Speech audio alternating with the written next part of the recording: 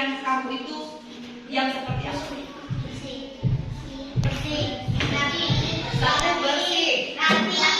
Rapi. Apalagi? Aman. Bagus. Ya. Nah, sekarang ibu mau tanya, bagaimana cara kita atau cara kalian untuk mewujudkan impian kalian itu? Misalnya kalian tadi ingin kelas yang bersih. Apa yang kalian lakukan agar terwujud?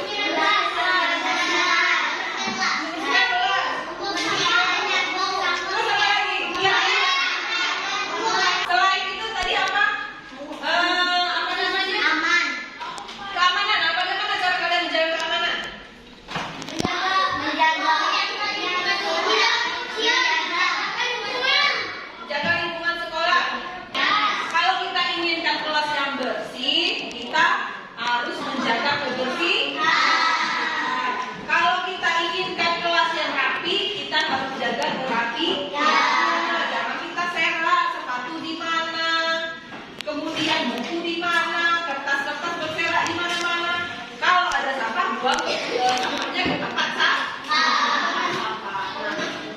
Sekarang ibu mau mengajak kalian membuat keyakinan kelas. Contohnya seperti apa? Nanti akan ibu bagikan ini sticky note satu-satu. Kalian tuliskan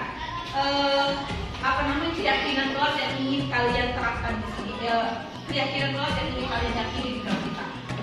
Keyakinan kelas kita tidak usah banyak-banyak. Nanti kita bisa sepakati dalam satu kelas ini kita memiliki beberapa macam keyakinan kelas. Nah, itu akan kita tempelin kelas kita. Tuhan kan menuntunmu, sadarilah masa berganti, tantangan kan kita hadapi, bergandeng tangan untuk negeri, era kita menanti berseri. Kita belajar Pancasila, kita bernafas dalam sila-silanya. Kita belajar Pancasila, ayo kita jaga untuk Indonesia.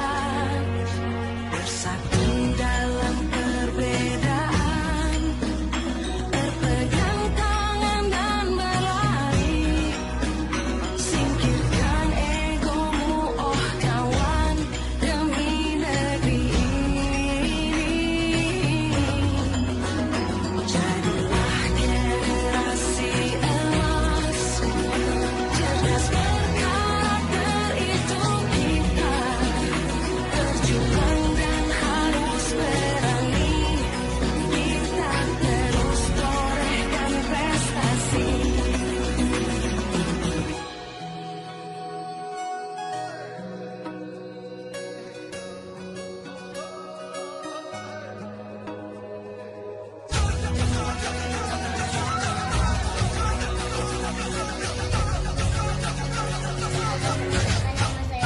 Dengan keyakinan kelas saya lebih bersemangat ke sekolah. Nama saya Reva, senang sekali dengan adanya keyakinan kelas. Saya dapat belajar lebih disiplin dan bertanggung jawab.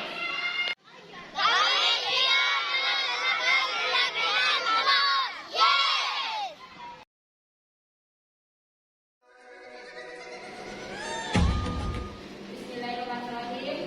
Assalamualaikum warahmatullahi wabarakatuh. Yang terhormat Ibu Kepala Sekolah SD Negeri 61 Seluma, yang terhormat para Dewan Guru SD 61 Seluma.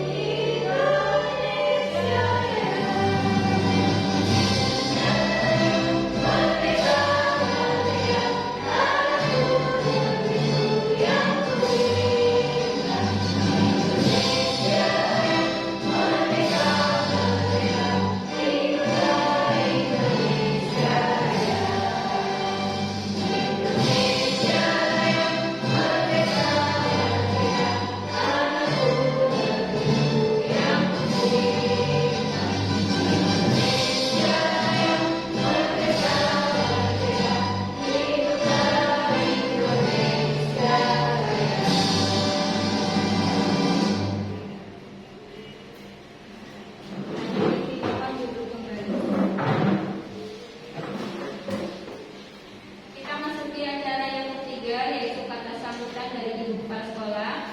Berhubung Ibu Kepala Sekolah tidak bisa mengikuti acara ini, tadi beliau menyampaikan agar kita tetap melaksanakan kegiatan ini, mengikuti kegiatan sosialisasi budaya positif di sekolah nanti yang akan disampaikan oleh Ibu Mika Yulianti.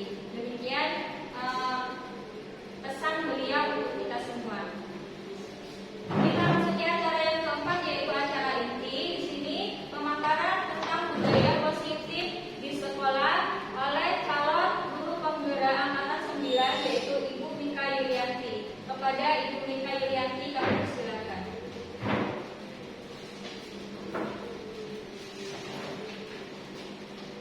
Terima kasih kepada Ibu Vivi.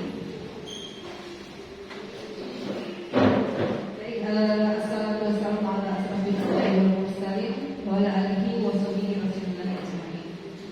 Syukur kehadirat Allah Subhanahu wa taala di mana kita masih bisa berkumpul pada hari ini di ruangan ini dalam kegiatan menyebarkan pemahaman dan penerapan pengalaman budaya positif. Di sini berdasarkan tugas yang diberikan dari guru penggerak kami angkatan 9. Terima kasih saya ucapkan kepada Dewan Guru, teman-teman semua atas kehadirannya, atas kesediaannya untuk ikut serta di dalam kegiatan ini, meluangkan waktunya untuk hadir di sini. Sekali lagi saya ucapkan terima kasih. Baiklah, pada hari ini saya akan memaparkan tentang budaya positif modul 1.4 yang saya dapatkan selama pendidikan di guru penggerak. Sebelumnya masih sangat bersyukur. Masih kita ice breaking atau gimana? Boleh. Ice breakingnya ini tahu lagu Arab Samsam? Tahu? Ayo kita nyanyi. Nah, semuanya berdiri.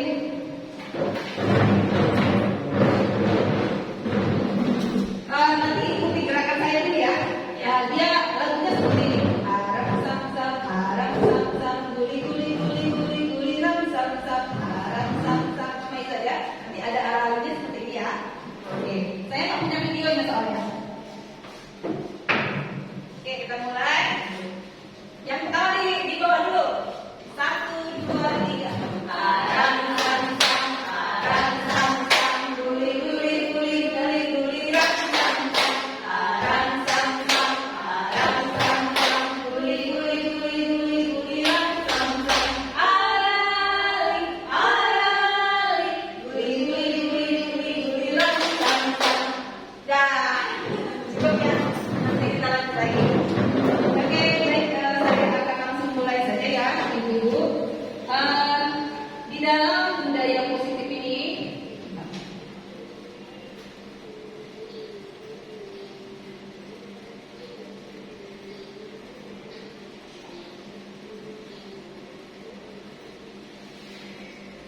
konsep inti dari budaya positif ini ada 8. Yang pertama adalah perubahan paradigma positif.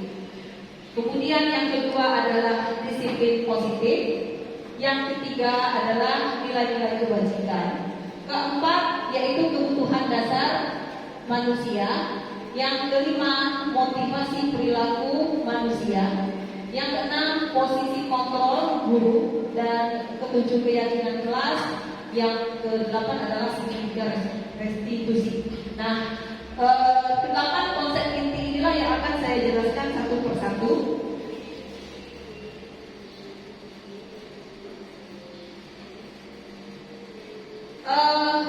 Di sini adalah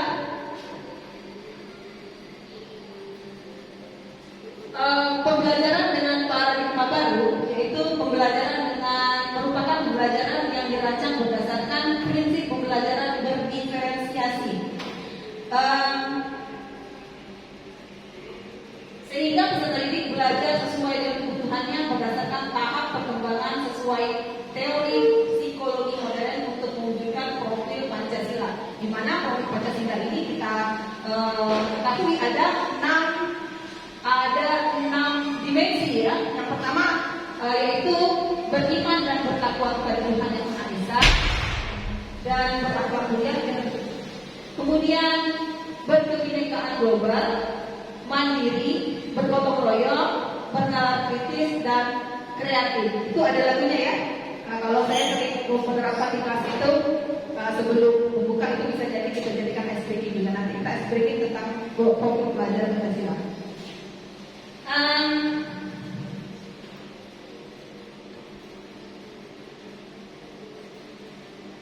Di sini ada miskonsepsi tentang teori kontrol. Yang pertama adalah ilusi guru mengontrol murid. Nah, ilusi guru mengontrol murid ini pada dasarnya kita tidak dapat memaksa murid, karena murid itu mempunyai tujuan bisa mengontrol dirinya sendiri, ya. Hal demikian terjadi karena murid sedang mengizinkan dirinya untuk dikontrol. Walaupun kita sebenarnya tampak seperti mengontrol anak, tetapi sebenarnya kita tidak bisa mengontrol anak tersebut. Saat itu, tentu kontrol guru menjadi sebuah kebutuhan dasar yang dimiliki murid tersebut. Teori kontrol menyatakan bahwa semua perilaku memiliki tujuan, bahkan terhadap perilaku yang tidak sesuai. Misalnya seperti ini Bapak Ibu. Kalau anak itu rajin belajar, dia pasti mempunyai tujuan. Tujuannya untuk apa? Pasti dia mungkin karena dia ingin mendapatkan nilai yang bagus, atau misalnya dia menunjukkan perilaku yang tidak baik di sekolah. Untuk itu dia juga mempunyai tujuan. Apa tujuannya? Mungkin dia ingin mendapatkan perhatian dari kita semua. Nah, yang berikutnya, ilusi bahwa semua penguatan positif efektif dan bermanfaat.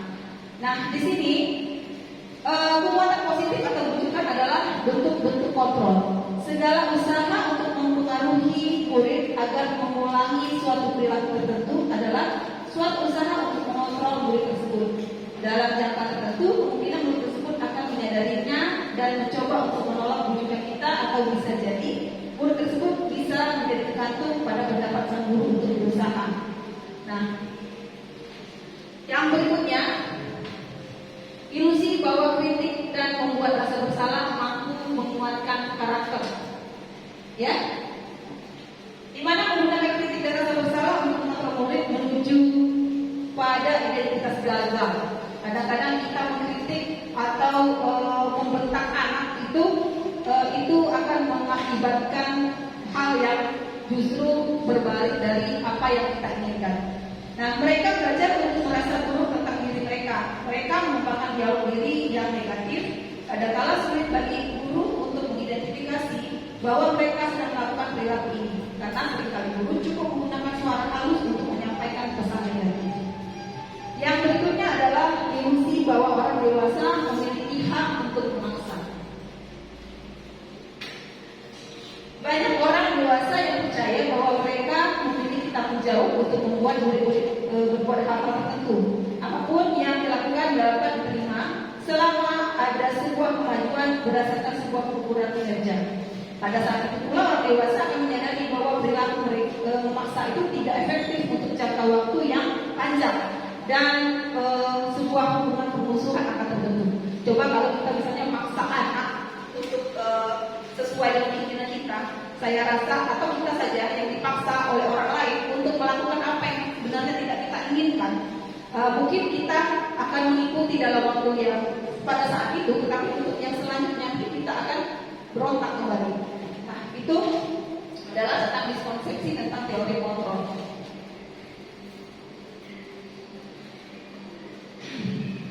Nah, bagaimana seorang bisa mengubah paradigma stimulus respon ke pendekatan teori kontrol ini, Bapak Ibu?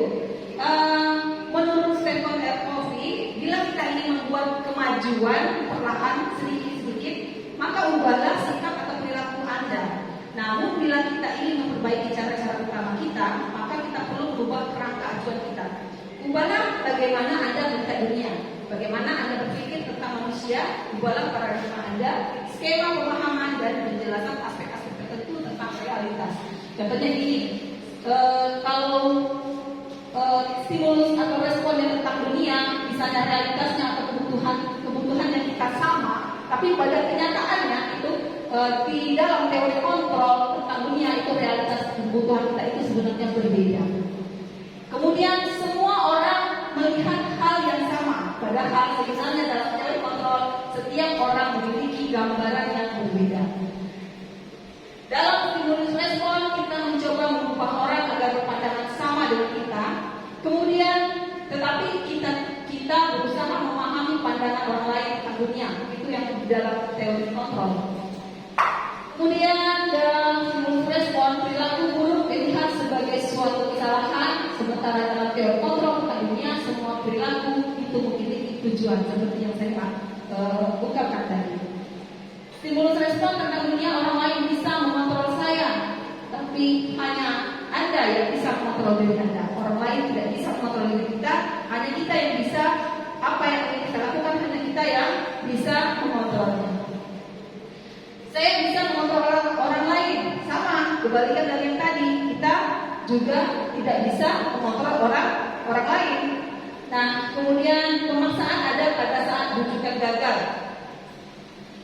Dalam teori kontrol, kolaborasi dan konsensus menciptakan pilihan-pilihan yang baru. Yang berikutnya, model berpikir menang atau kalah, tapi sebenarnya dalam teori kontrol, yaitu model berpikir itu bukan tentang menang kalah, tetapi soal menang dan menang.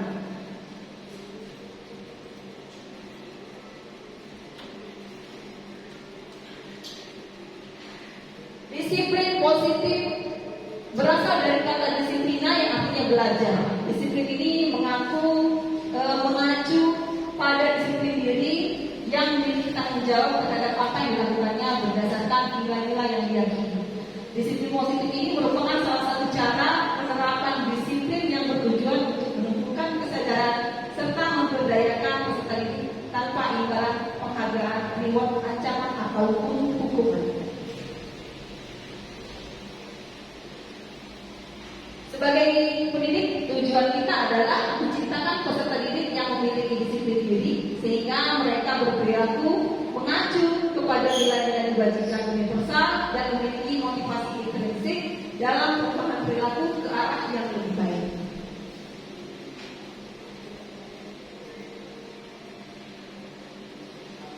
Nilai-nilai kebajikan. Yang kedua adalah nilai kebajikan. Nilai-nilai yang disepakati bersama lepas dari suku, bangsa, agama, bahasa maupun latar belakangnya. Contoh nilai kebajikan institusi organisasi itu ada 6. Yang pertama profil belajar Pancasila, di mana dalam profil belajar Pancasila ini ada beriman dan bertakwa, kemudian berakhlak mulia, berbhinneka global, gotong royong, mandiri, bernalar kritis dan kreatif. Yang berikutnya ada dari IBO, 5 Years Program atau dari organisasi PYP, yaitu berupa toleransi, rasa hormat, integritas, mandiri, menghargai, antusias, empati, pengetahuan, kreativitas, kerjasama, percaya diri, dan komitmen. Berikutnya ada dari 9 pilar karakter Indonesia Heritage Foundation atau IHF.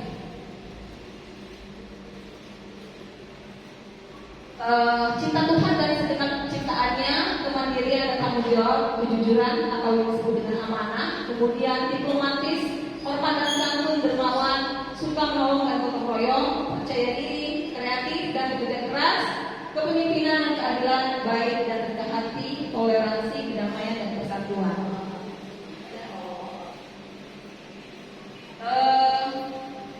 Yang berikutnya ada keterampilan hidup, yaitu dapat dipercaya, long hair, lurus hati, pendengar yang aktif, tidak merendahkan orang lain, memberikan yang terbaik dari diri. Kemudian ada petunjuk hidup, meliputi peduli, penalaran, bekerjasama, keberanian, keingintahuan, usaha, keluasan, fleksibilitas, berorganisasi, kesabaran, keteguhan hati, kehormatan, memiliki rasa humor, berinisiatif dan lain-lain. Dan yang terakhir dari the second essential virtues yaitu building moral intelligence. Ada empati, suara hati, kontrol diri, rasa hormat, kebaikan, toleransi, keadilan. Nah, yang berikutnya adalah adalah kebutuhan dasar manusia. Kebutuhan dasar manusia ini adalah segala sesuatu yang dibutuhkan manusia untuk mempertahankan keseimbangan kondisi fisiologis dan psikologis yang bertujuan untuk mempertahankan kehidupan dan kesehatan. Di dalam kebutuhan dasar manusia ini ada 5, Ibu. Menurut Dr. William Fraser itu yang pertama adalah penguasaan, yang kedua kasih sayang dan rasa diterima, yang ketiga adalah bertahan hidup, keempat adalah kesenangan, dan yang kelima adalah kebebasan.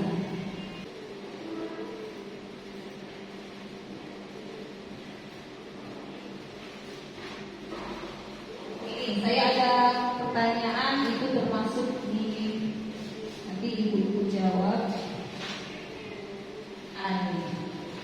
Kita identifikasi dulu kebutuhan apakah ini, ya, termasuk ini kebutuhan apa. Yang pertama, aku senang main kejar-kejaran dengan ibu guru, seru. Nah itu ibu itu termasuk dari poin yang mana? Dari yang kelima tadi. Kasih sayang dan rasa diterima. Oke, aku senang main kejar-kejaran dengan ibu guru, seru.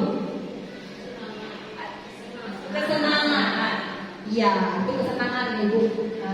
Berikutnya ada ibu guru bilang aku boleh bersenandung sewaktu mengerjakan tugas. Katanya kelas harus tenang, tidak ada suara, kan nggak seru jadinya. Itu tentang apa? Kebebasan kan? Itu juga tentang kesenangan, ya ibu. Hal itu tentang kesenangan. Kemudian ada lagi, ibu ngejar aku karena aku sayang ibu. Tentang apa itu? Iya, cinta dan kasih sayang. Kemudian ada lagi, aku hebat kan? Bisa bikin ibu guru ngejar aku. Tentang apa itu? Penguasaan. Ya, dia sudah bisa membuat gurunya, dia sudah bisa menguasai keadaan seperti. Kemudian yang berikutnya adalah ibu guru tidak menyapaku hari ini, padahal aku pakai rambut baru. Itu tentang apa? Kasih sayang dan rasa diterima. Misalnya yang terakhir ada menyetir mobil itu seru. Itu tentang apa? Kesenangan. Dia seru ya. Maka seru itu tadi. Ya. Itu adalah motivasi yang harus kita ketahui dari siswa-siswa kita. Nah, motivasi perilaku manusia ini ada 3. Yang pertama itu adalah untuk menghindari ketidaknyamanan. Yang kedua, untuk mendapatkan imbalan atau penghargaan dari orang lain.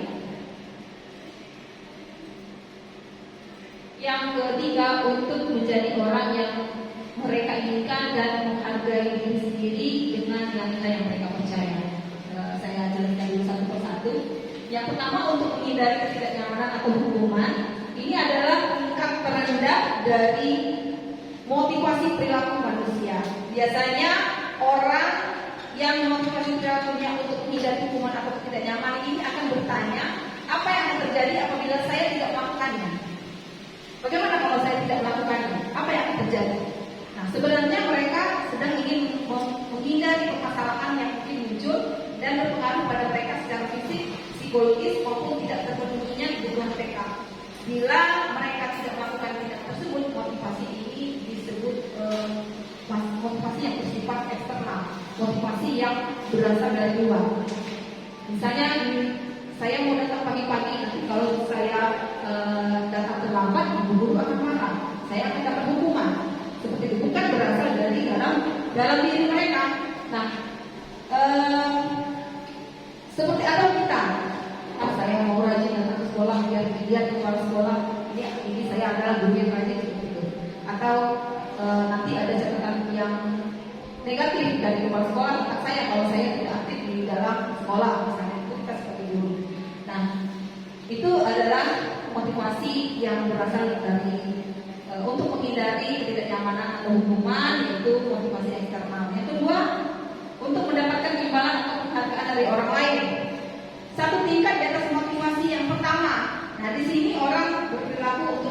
imbalan atau penghargaan dari orang lain. Saya mau rajin datang kan dapat reward ini dari ibu guru, misalnya kata anaknya. Atau saya mau mengerjakan latihan ini sampai selesai biar nanti dapat nilai bagus. Jadi orang dengan motivasi ini akan bertanya, apa yang akan saya dapatkan apabila saya melakukannya? Mereka melakukan sebuah tindakan untuk mendapatkan pujian dari orang lain yang menurut mereka penting dan mereka letakkan dalam dunia berkualitas mereka. Nah, motivasi ini juga merupakan motivasi yang bersifat eksternal atau yang berasal dari luar. Nah, apa yang motivasi yang paling baik adalah untuk menjadi orang yang mereka inginkan dan menghargai diri sendiri dengan nilai-nilai yang mereka percaya. Orang dengan motivasi ini akan bertanya, akan menjadi orang seperti apa saya bila saya melakukannya. Nah, mereka melakukan sesuatu itu karena nilai-nilai yang mereka yakini dan mereka hargai, dan mereka melakukannya karena mereka ingin melakukan menjadi orang yang melakukan nilai-nilai yang mereka yakini tersebut. Ini adalah motivasi yang membuat seseorang memiliki disiplin positif karena motivasi perilakunya bersifat internal.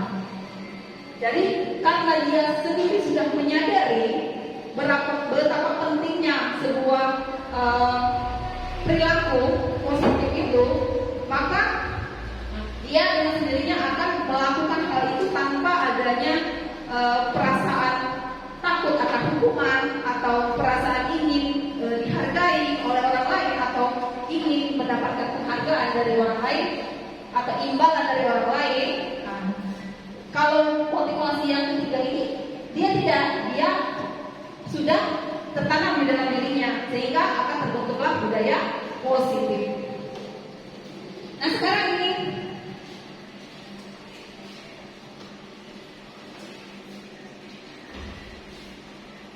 konsep disiplin itu ada 4. Yang pertama hukuman,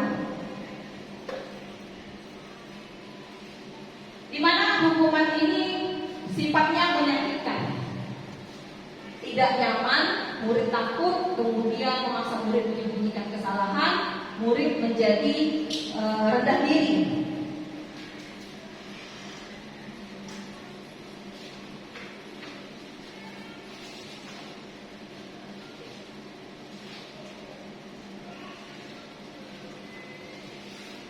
Yang berikutnya ada penghargaan. Sifatnya tidak efektif, kemudian merusak hubungan, mematikan kreativitas, menghukum dengan sistem ranking, merampas hak menghargai dirinya. Jadi kalau kita menggunakan konsep penghargaan. Selanjutnya ada konsekuensi, konsep disiplin konsekuensi, yaitu penguatannya jangka pendek, perlu monitoring berkelanjutan, kemudian stimulus respon, murid menghormati peraturan, kemudian kehilangan waktu untuk merenungi kesalahan. Ini kalau konsekuensi. Nanti saya akan ada pertanyaan untuk ibu-ibu.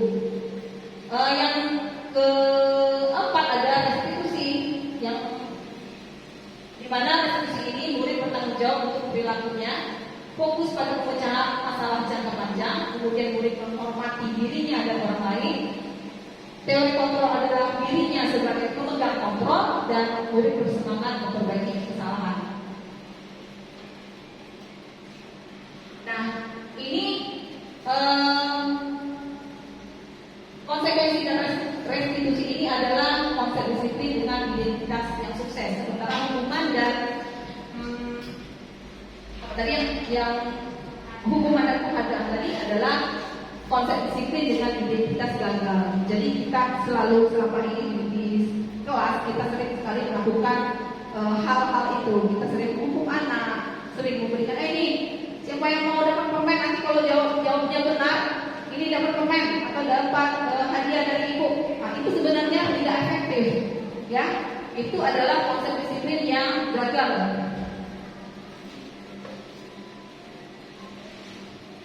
Di sini ada konsep disiplin pendekatan restitusi, sebuah cara.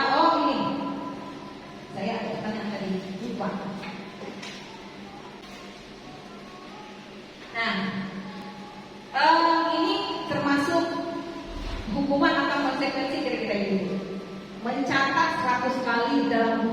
kalimat saya tidak akan terlambat lagi karena terlambat ke sekolah. Nah, itu termasuk konsekuensi kah atau hukuman kah?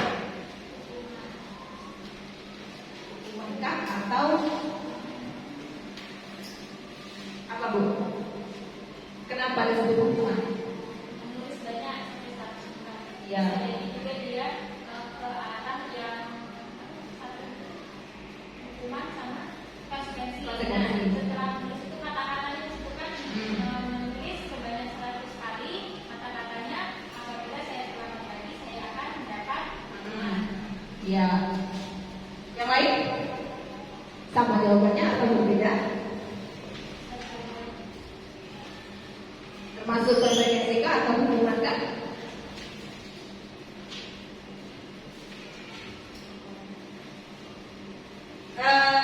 Tadi itu termasuk ini ya Ibu, termasuk konsekuensi, ya, termasuk konsekuensi. Karena kemudian yang 2 kali karena terlambat hadir ke sekolah, itu hukuman atau konsekuensi? Lari. Hukuman yang bersifat fisik, ya, hukuman yang bersifat fisik. Nah, kita lihat ada 2 hukumannya Ibu, ada hukuman yang bersifat fisik, ada yang bersifat verbal. Itu jangan verbal itu apa biasanya? Bu, hukuman verbal. Ngatain anak ini, kamu ini bodoh, misalnya, ya, itu tidak boleh. Jangan kita lakukan. Itu menyakiti hati anak didik kita. Kemudian membersihkan coretan yang dibuatnya di meja tulis. Itu konsekuensi atau hukum? Konsekuensi, ya. Yang berikut ada murid yang minta push up 15 kali karena tidak menggunakan masker ke sekolah. Apa? Itu adalah hukuman. Yang berikut menggantikan kertas tugas teman yang dicoret-coret. Itu adalah konsekuensi, ya. Nah, pengaruh dari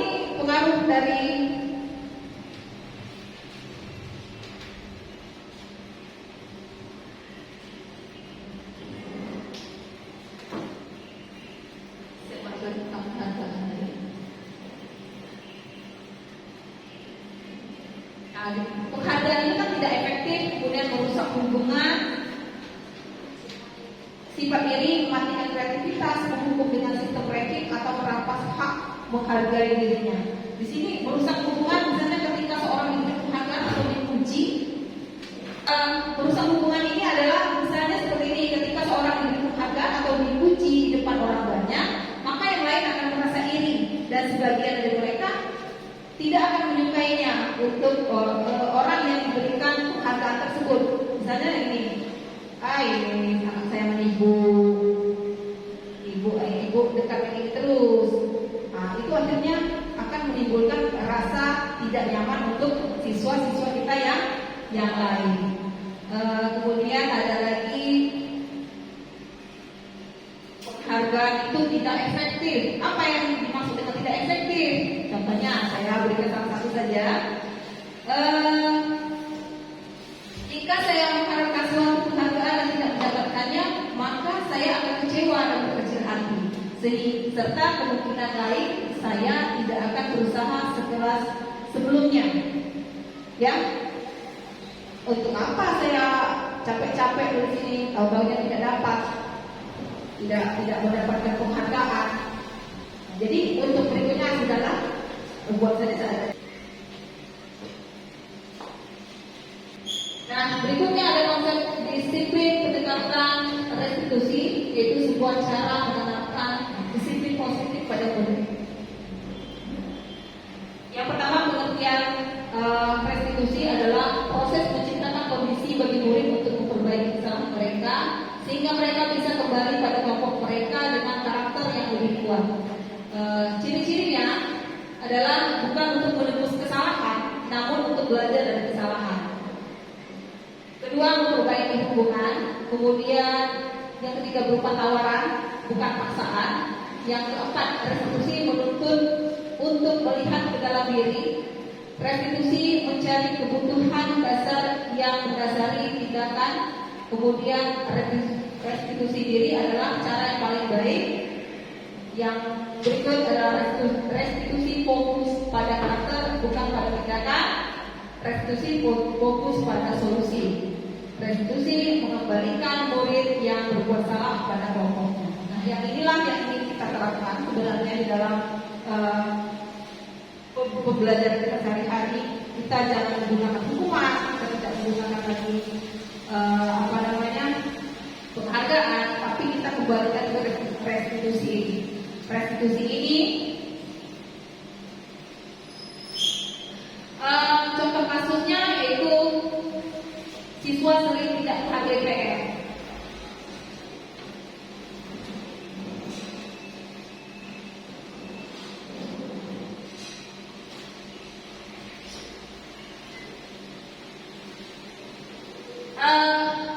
Hukuman misalnya guru menghukum siswa, ini perbedaannya ya, perbedaannya misalnya kasusnya tadi adalah siswa sering tidak mengerjakan PR. Kalau kita menggunakan hukuman, guru menghukum siswa tersebut hormat bendera selama 10 menit, kemudian guru marah-marah dan murid takut.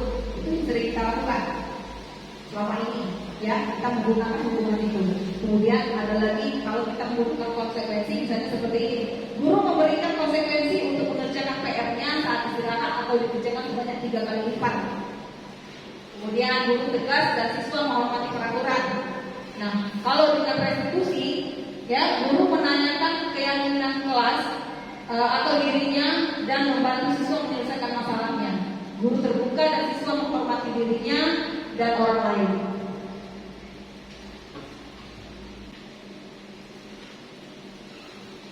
Nah, di sini ada 5 posisi kontrol restitusi.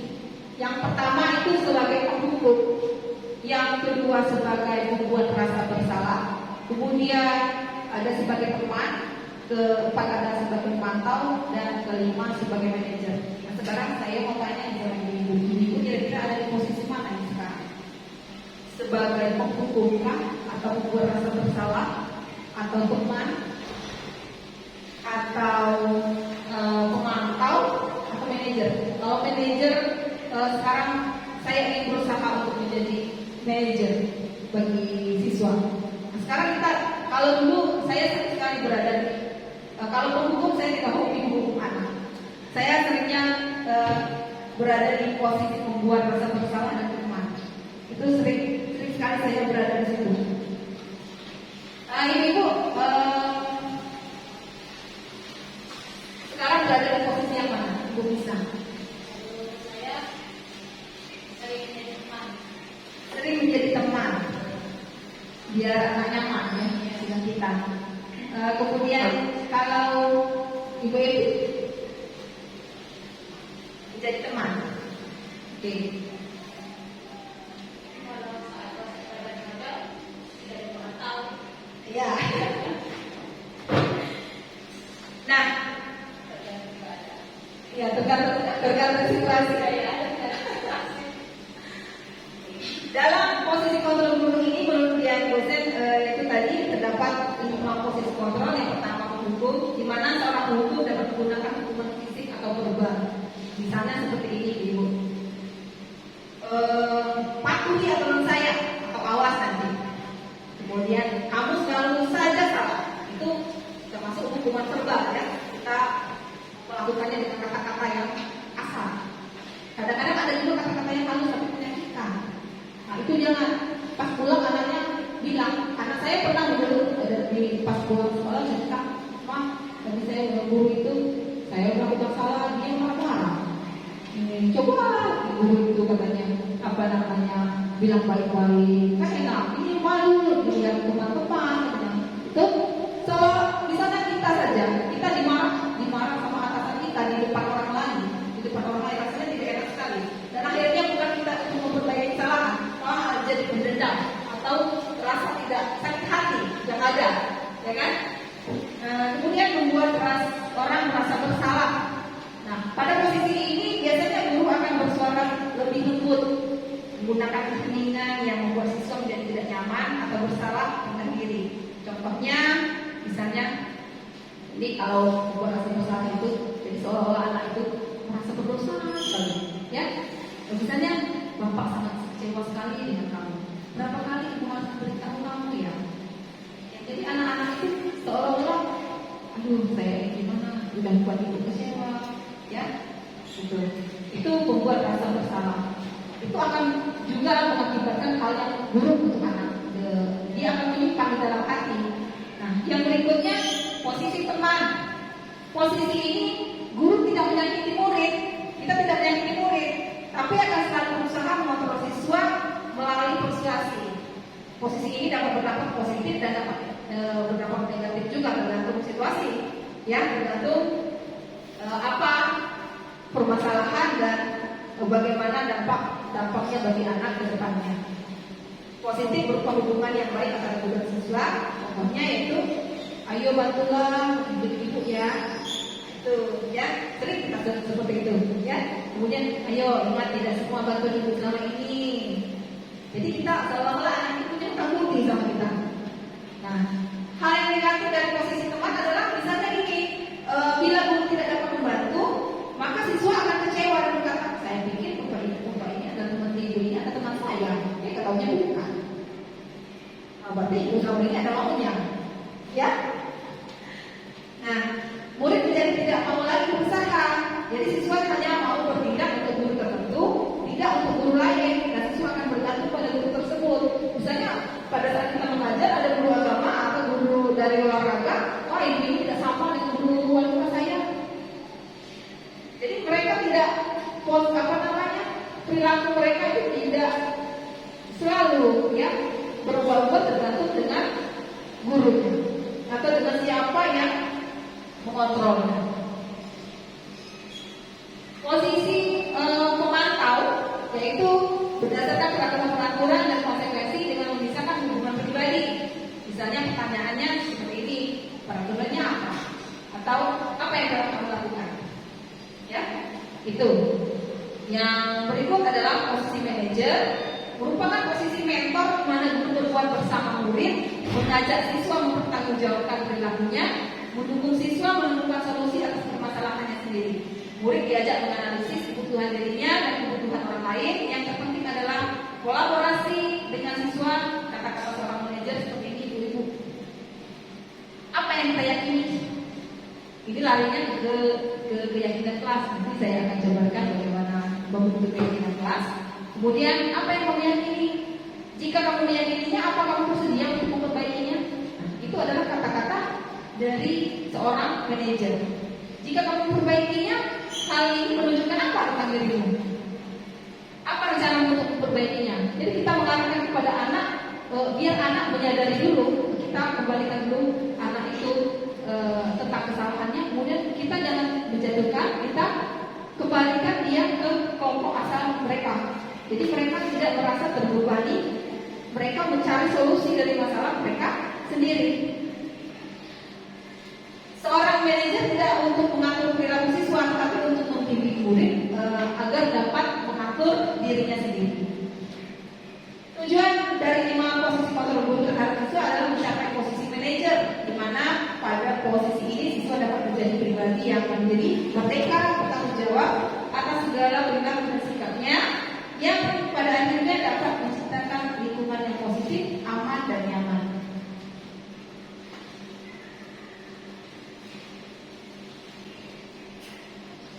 Nah, sebelum kita menerapkan segitiga restitusi itu, kita bentuk dulu keyakinan kelas. Apa itu keyakinan kelas? Kenapa kita keyakinan kelas? Kenapa tidak peraturan kelas saja? Contohnya seperti ini, Bu. Saya ilustrasikan seperti ini. Mengapa kita memiliki peraturan tentang menggunakan helm pada saat mengendarai kendaraan roda 2 atau motor? Kenapa? Kenapa kira-kira kita memiliki peraturan untuk menggunakan helm pada saat ini? Untuk apa itu? Untuk keselamatan. Kita percaya itu untuk keselamatan atau untuk ini? Apa namanya? Biar tidak ditangkap polisi? Biar tidak kena razia? Ya. Untuk keselamatan. Kita yakin bahwa itu untuk keselamatan ya. Nah, itu adalah Walaupun itu sebenarnya memang peraturannya kita harus menggunakan helm. Yang kedua, mengapa kita memiliki peraturan tentang menggunakan masker dan mencuci tangan setiap saat? Untuk apa? Untuk menjaga kesehatan, ya. Walaupun ada aturannya, kita dengan menggunakan masker dan cuci tangan setiap saat. Walaupun karena kita sudah meyakini hal itu, tanpa ada kita melihat peraturan yang ada pun kita akan tetap menggunakan masker dan cuci tangan pada saat setiap saat.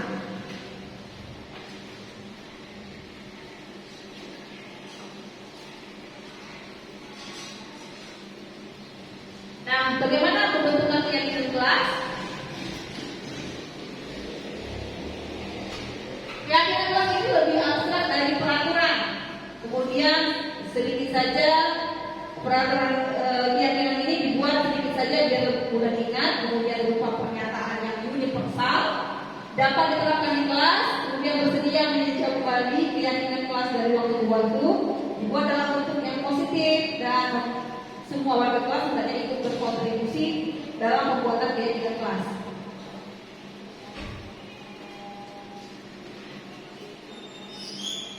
Ini saya perlihatkan video kami membuat keyakinan kelas di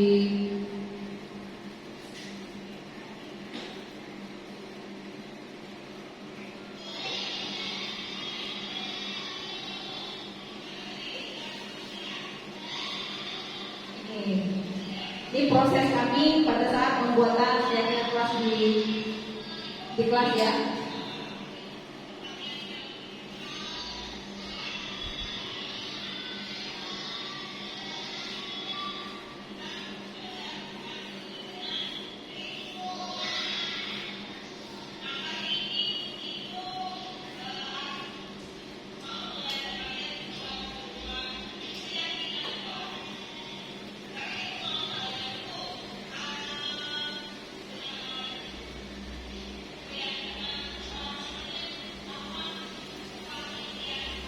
Nah, di sini saya menjelaskan kita mau untuk membuat keyakinan kelas itu. Yang pertama kita tanyakan dulu kepada siswa kita, kira-kira kelas seperti apa yang kalian inginkan?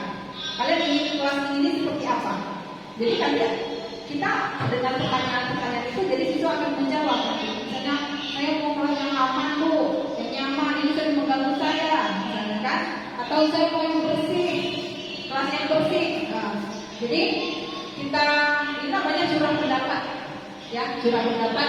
Kita jangan melakukannya dengan kemauan kita saja, tapi kita kembalikan ke anak apa keinginan anak yang ada dalam kelas itu agar mereka merasa nyaman di dalam kelas.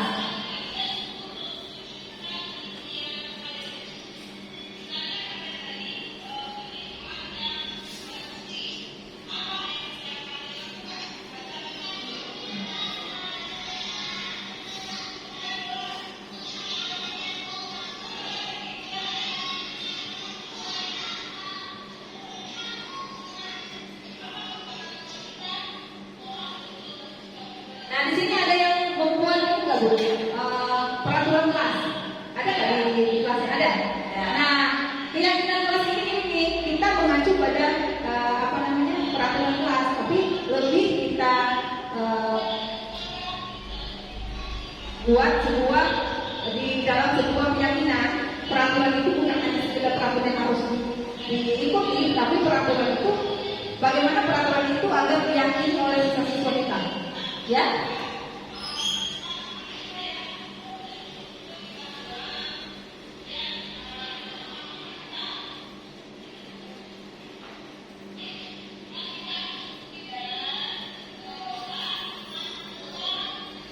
Nah, di sini kita bisa membimbing siswa-siswa kita untuk membuat sebuah keyakinan kelas yang mereka inginkan. Kita bimbing, kita arahkan dulu ke kalimat-kalimat yang positif, misalnya disiplin, tanggung jawab, kemudian saling menghargai, dan menjaga kebersihan misalnya.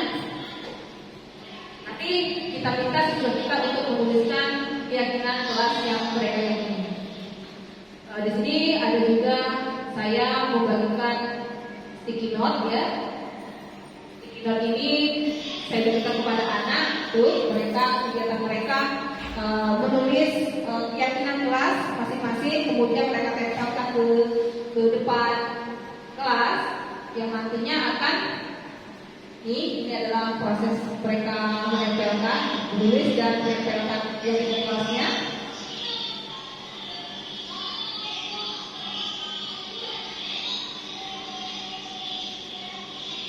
Nah, setelah proses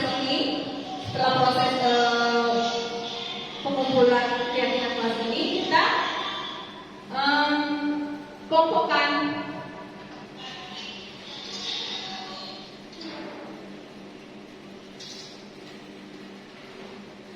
Nah, di sini adalah proses pengelompokannya. Setelah selesai, nih kita kelompokkan dulu. Kita kelompokkan mana yang keyakinan kelas yang sama. Nah, ini nanti kita akan ubah menjadi kalimat positif dan kita sepakati bersama-sama untuk itu kita jadikan sebagai keyakinan kelas kita. Ya, kita tanyakan kepada sepakat misalnya dengan keyakinan kelas ini, sepakat. Kalau sepakat berarti kita semua harus bertanggung jawab terhadap keyakinan kelas yang ada yang kita buat tadi. Nah, kita minta anak untuk menandatangani. Ya, ada proses penandatanganannya nanti.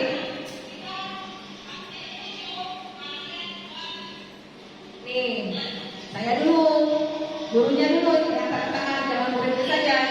Ya, kami mengambil kemarin itu keyakinan kelas kami adalah disiplin, kemudian ada lagi bertanggung jawab, saling menghormati dan menghargai, ada lagi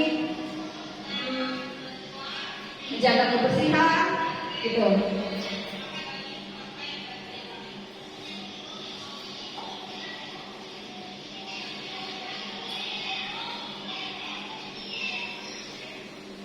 Nah, demikian ya Bu, cara-cara untuk membuat keyakinan kelas.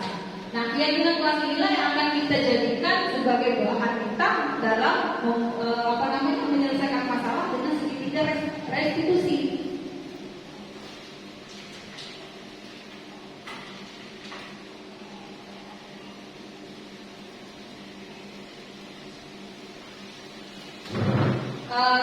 Di mana segitiga restitusi ini ada tiga sisi. Yang pertama, sisi menstabilkan identitas, ya, sisi menstabilkan identitas. Pada sisi ini merupakan bagian dasar dari segitiga yang bertujuan untuk mengubah identitas anak dari yang gagal karena melakukan kesalahan menjadi orang yang sukses. Contohnya, misalnya kita berbuat ini, misalnya ada anak yang melakukan kesalahan, nanti kita tanya, kita panggil anaknya, tidak apa-apa, berbuat salah itu tidak apa-apa. Kemudian tidak ada manusia yang sempurna di dunia ini. Kemudian ada lagi kita bisa menyelesaikannya. Atau ibu tidak tertarik untuk mencari siapa yang salah, tapi ibu hanya ingin tahu saja, hanya ingin mencari saja solusi dari permasalahan ini. Itu adalah yang ketiga, ketika anak fokus pada kesalahannya, maka akan sulit untuk melakukan restitusi hal ini karena rasa bersalah menguras energi, kemudian merasa bersalah itu berarti identitas gagal. Rasa bersalah membuat kita terperangkap pada masa lalu yang sudah tidak bisa dibuat lagi. Nah, disinilah kita akan kembalikan mereka ke sisi validasi tindakan yang salah, ya. Kita kembalikan anak itu. Restitusi tidak menyarankan guru berbicara kepada siswa bahwa melanggar peraturan adalah sikap yang baik, tetapi dalam restitusi ini harus memahami alasannya dan memahami bahwa setiap orang pasti melakukan hal yang terbaik pada waktu tertentu. Untuk itu perlu dilakukan validasi terhadap kebutuhan dari siswa yang dengan menggunakan kontrol. Contoh kalimat berikut misalnya, padahal kamu bisa melakukan hal yang lebih buruk dari ini ya, tapi kamu tidak melakukannya, ya. Kemudian kamu pasti punya alasan mengapa kamu melakukan hal itu. Coba jelaskan kepada ibu apa alasan kamu melakukannya. Kemudian kamu boleh mempertahankan sikap itu, tapi ingat kalau bisa, kamu jangan seperti ini. Kamu harus lebih mempunyai sikap seperti ini, ya. Itu. Yang ketiga, sisi menanyakan keyakinan.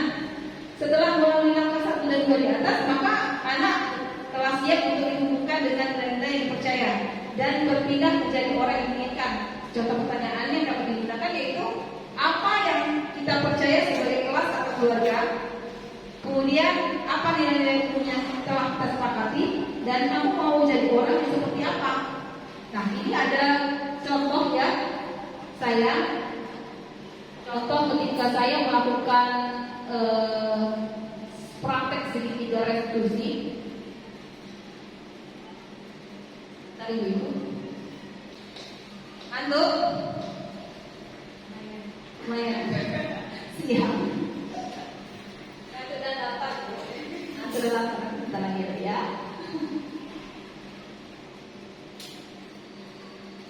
Nah, kemarin saya sudah melakukan ini Bu, apa namanya, praktek segitiga restitusi, di mana di situ kita akan menuju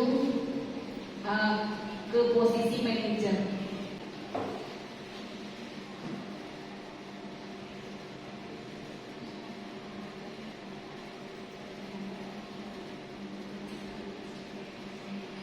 Ini kemarin artisnya itu murid saya namanya Andre. Ya, Andre ini ceritanya terlambat ke sekolah. Ya.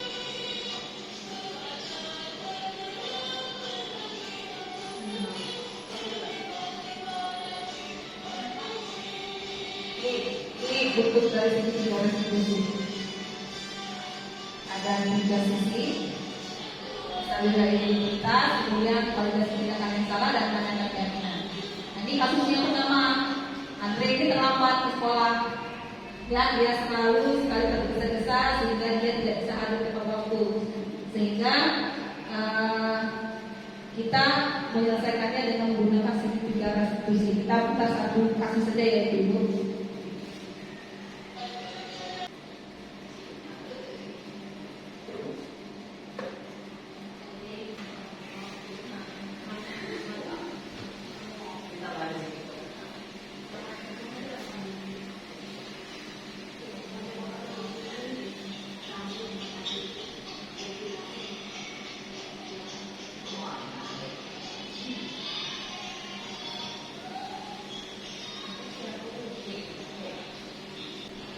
Ini ceritanya Andre telah ke sekolah pada saat teman-temannya sudah belajar di kelas. Nah, di sini kita panggil anaknya.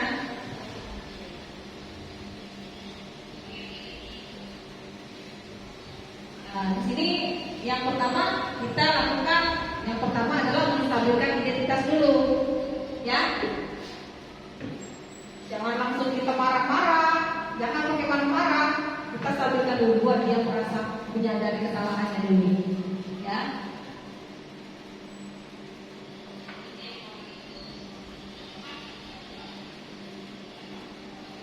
Berarti tidak dimarah langsung di dalam kelas.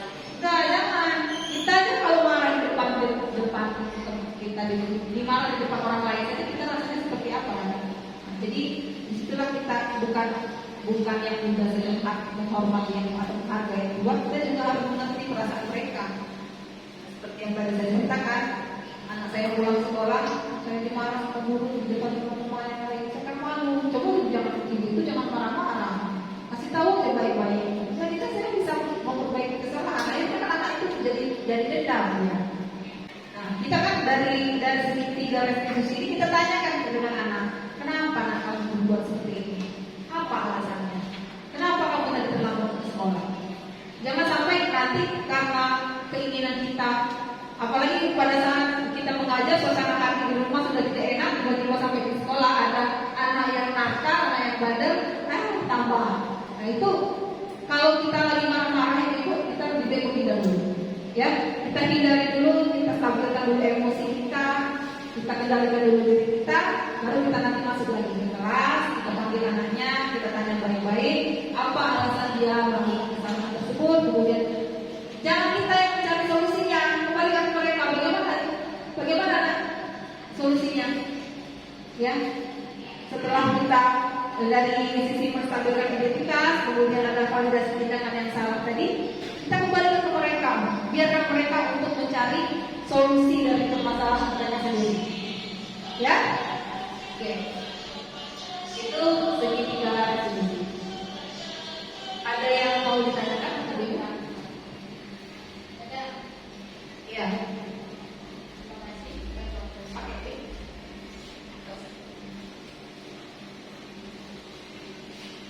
Segitiga restitusi kan ada tiga kan. Apakah ketiganya harus dilaksanakan atau boleh langsung ke validasi tindakan yang salah dan sisi menanyakan keyakinan? Jadi kita lewati, misalnya kita lewati saja, menstabilkan identitasnya tidak usah. Nanti, gini, dalam segitiga restitusi itu ketiga-tiganya itu harus kita laksanakan. Ya, ketiga-tiganya harus kita lakukan. Kalau tidak kita lakukan salah satunya, dia nanti tidak jadi segitiga itu. Ya, jadi pertama harus kita lakukan dulu menstabilkan identitas. Kita semua akan melakukan hal yang terbaik yang bisa kita lakukan. Misalnya berbuat salah itu tidak apa-apa, biasa. Jadi biarkan dia memenuhi dulu apa yang mereka perbuat tadi. Nah, kemudian baru nanti kita validasi ke tindakan mereka. Ya, padahal kamu pasti punya alasan loh kenapa kamu melakukan itu. Coba ibu mau tahu dulu apa alasannya. Jadi kita validasi kesalahan mereka. Oh, jadi kita tahu alasan mereka terlambat itu apa, atau alasan mereka mencontek itu apa sih? Jangan kita langsung marah kamu mencontek nggak belajar. Mungkin dia ada masalah di rumah yang tidak kita ketahui, ya. Dan dari situ kita menerapkan segitiga restitusi ini. Nah, berikutnya yang ketiga baru kita tanyakan keyakinan kelasnya. Keyakinan kelas apa? Keyakinan kelas yang mereka yakini yang sudah kita buat tadi. Nah, makanya tadi sebelum kita menerapkan ini, kita buat dulu keyakinan kelas kita di kelas kita. Ya, agar anak-anak itu mempercaya bahwa saya sudah melanggar apa yang sudah saya yakini. Jadi mereka bisa dengan sendirinya mereka akan mempunyai solusi dari apa yang mereka lakukan. Kita hanya sekedar mengarahkan saja. Nah, kalau kamu malas belajar, nanti dapat nilai seperti ini. Misalnya, nggak apa-apa kamu nggak belajar, tapi nanti kamu perbaikilah ya ke depannya. Apa rencanamu untuk memperbaikinya? Ya, jadi kita serahkan ke anak solusinya. Seperti tadi yang di kasus Andre tadi, dia terlambat ke sekolah, maka keyakinan kelas yang saya tanyakan keyakinan kelas mana yang kamu langgar? Atau disiplin nanggung katanya, ya. Nah, jadi bagaimana solusinya agar kamu tidak terlambat lagi? Jadi biarkan dia yang mencari sendiri solusi dari permasalahannya. Nah, itu. Jadi ketiga-tiganya harus kita laksanakan. Nah, ini adalah penerapan budaya positif di sekolah. Yang pertama, contohnya ya, karena banyak sekali contoh penerapan budaya positif yang lain. Yang pertama, misalnya hadir ke sekolah tepat waktu, kemudian menyapa dan menyambut murid. Ada lagi, misalnya bekerja sama dalam menjaga kebersihan lingkungan sekolah, kemudian berkolaborasi. Ada nih yang tadi saya katakan membuat keyakinan kelas, kemudian bekerja sama dalam kelompok. Nah, itu. Mungkin itu saja yang ingin saya sampaikan. Ada lagi yang mau ditanyakan sebelum saya mengakhirinya? Pas. Oke. Baiklah. Saya ucapkan terima kasih kepada ibu-ibu. Itulah tadi pemaparan saya tentang budaya positif modul 1.4 yang sudah saya pelajari. Mungkin masih banyak sekali kekurangannya. Nanti kita sama-sama belajar, sama-sama kita cari lagi referensi-referensi yang lainnya. Untuk segala kekurangan saya mohon maaf. Kepada Allah saya mohon ampun. Saya tutup. Wassalamualaikum warahmatullahi wabarakatuh.